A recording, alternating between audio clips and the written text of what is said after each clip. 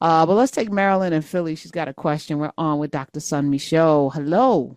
Hi. Hi. Listen, first of all, this is not our fight. I'm sorry. What's And our fight? then this fight is between the Jews and the Palestinians. So she says it's between the Jews and the Palestinians. Okay, Mhm. Marilyn, go ahead. The black man needs to sit back and watch this fight.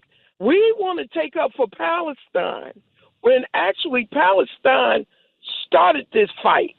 And I'm not talking about the past or any of that. Nope, I'm not talking about. But you say that with such confidence. To say someone started something and not talk about the past, don't you think that's a little short-sighted, Marilyn? No.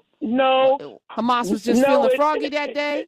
I get it. God knows I do. Do you? Where do you get your information? I do a lot of studying in Jewish history and Palestinian history. Yeah, but where? Like what books are we reading? Karen, I'm trying to make. I know, but we gotta be on the same page in terms of facts. If the Jews started the fight, trust me, I would be on Palestine's side. But what has Palestine done to make sure that Hamas is taken care of and Hamas is moved out of Palestine? What men in Palestine doing to remove Hamas from out of the areas that we find the Jews bombing? Now, I personally... Okay. If you don't mind, all right, Marilyn, you made your case. Yeah, if you don't Dr. mind, I Sun. want to ask you two questions. Number one, are you familiar with the Nakba? With the what? The Nakba. No. Okay.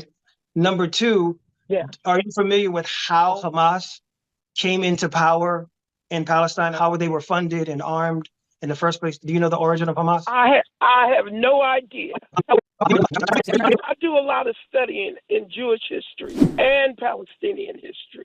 Okay, so let me make 2 points. Hamas came to power because Netanyahu himself funded and armed them with dark money. So that's the first thing. You can't create your own opposition and then fast forward to October 7th, use that violence that was exacted upon you as a retaliation for 75 years of oppression and occupation since the Nakba, and then say that that's the reason that you're going to engage in a demolition and basically disbursement project. Human beings. Can we fight for humanity? Is this wrong? What's happening? Yes. Okay. As a global citizen. Yes. As a global citizen. And if it's wrong, then you should say something as a person. And the one thing we do have in this country until, maybe until November or January of 2025 is a voice to be able to say, this is wrong.